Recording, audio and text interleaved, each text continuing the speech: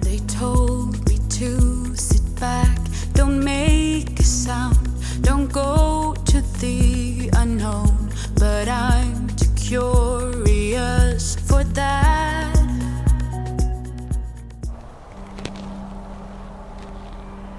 Welcome back, kindred spirits. Today we're going to be talking about the winter blues. And I would have to say this is a practice that I have been working on for many years. In fact, I can't remember a year where I wasn't dreading the onset of shorter days, less sunlight, which I thought also had to do with it being cold. And I have since learned, since I am starting my third year as a nomad, living in my 60 square feet of space, is that it's not the cold. It's most definitely the sun, or actually the lack of sun during the winter months. And some years it was particularly bad. And I had, and some years, a very, very difficult time. But I got through, powered through. March is still kind of cold, or around where I grew up in Maryland. And then April is warmer. I could always start thinking about starting my garden patch and all that, but it was still dim. Lots of rainy, moist, cloudy days, which of course the plants need, but it does not nourish me. Some years I had to go on antidepressants, and my doctor at one point, when I was pushing to get off antidepressants, said to me, "Is there anything that you have learned that you have enjoyed doing now that you're feeling better on this medication?" And I said yes. And my doctor said, "Well then, why don't you keep doing that? And if there's other things that catch your fancy that you enjoy, add those to your routine or your toolbox or your skill set, and we'll talk about weaning off of antidepressants if and when it seems time." Those were very wise words, and I took them to heart. And it was many 30 some years ago, and I have had to go back on antidepressants here and there over the years. And it's been a handful of years since I have been able to make it through, which I think has a lot to do with traveling, because I'm following the sun. And it's also because of skills that I have put into practice that now just have become a part of my way of being in the world. And so today I'm going to share with you 5 ways that I manage my spiritual, emotional, and intellectual health over the dark days of winter, when seasonally, if we are living by the seasons, it's a time of hibernation. It's a time of slowing down. And perhaps my depression had to do with resistance to that slowing down. And perhaps that's slowing down is what helped me notice the nuances that it takes to feel better, because we are not, or let's say, I don't find it easy, and it's been my witnessing of other people, it's not easy to come for, let's say, a baseline depressive sad state to happy, happy, joy, joy.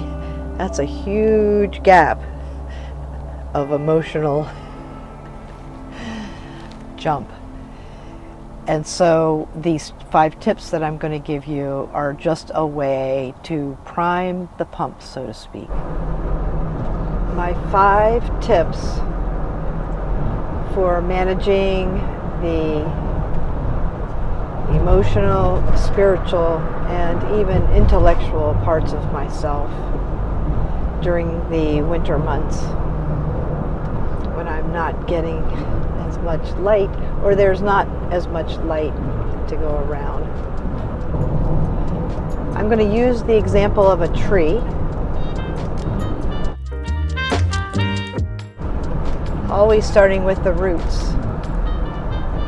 And so my number 5 tip is, what part of the day are you most alert? And this could change from season to season. Right now, let's focus on the winter months. In the winter's months, when are you most alert? And then moving up the tree to the trunk of the tree, setting up routines that ease us into the day and then also usher out the day. So these would be just a way that makes it so that you're ready to meet the world. And then when it's time to call your spirit back, call your mind back, call your heart back, to rest for the evening. So developing a routine to usher in the day and usher out the day. Now we're getting up into the big branches, like the secondary trunks, the big branches on the tree. And that is every day, rain or shine. No excuse. Go outside 2 times for at least 20 minutes. Even if you go 10 minutes out and 10 minutes in, if you end up going out and spending more time out, that's great. But these, just imagine your attention to going outside, feeling the weather rather than just reading it on your phone or a temperature gauge or something like that. Smelling the smells, hearing what's going on, just everything, feeling the air, feeling the heat or cold. And moving out in a tree where you kind of the third branches, they're not as, in fact, more flexible, more susceptible to the wind and the ebb and the flow of the wind and the day. And how to, again, building that foundation of managing the winter blues is that every 2 hours, take a 15-minute break. And this is all day long. What you do with that break is up to you. I would invite you to put self-care first, taking care of this body that we get to be in and make things happen through. Taking care of that first. And then there's the tending to our environment, our nest. Making calls to community, reaching out, especially important in the winter months. And especially if the blues get to the point where you are losing hope. The National Suicide Hotline is 988, and I encourage you that if you feel you have no one to reach out to, no community to take you in, please call that number. Just make sure that every couple of hours you take 15 minutes to that's the looking forward, the taking care of the present moment and the looking forward activities before I go back to the task of the day, whatever that might be. We're getting out to the tips of the branches. And before I go into the number one tip that has helped me manage the winter blues in my life on a consistent basis, I want to go over the importance of this foundational building up that actually makes it easier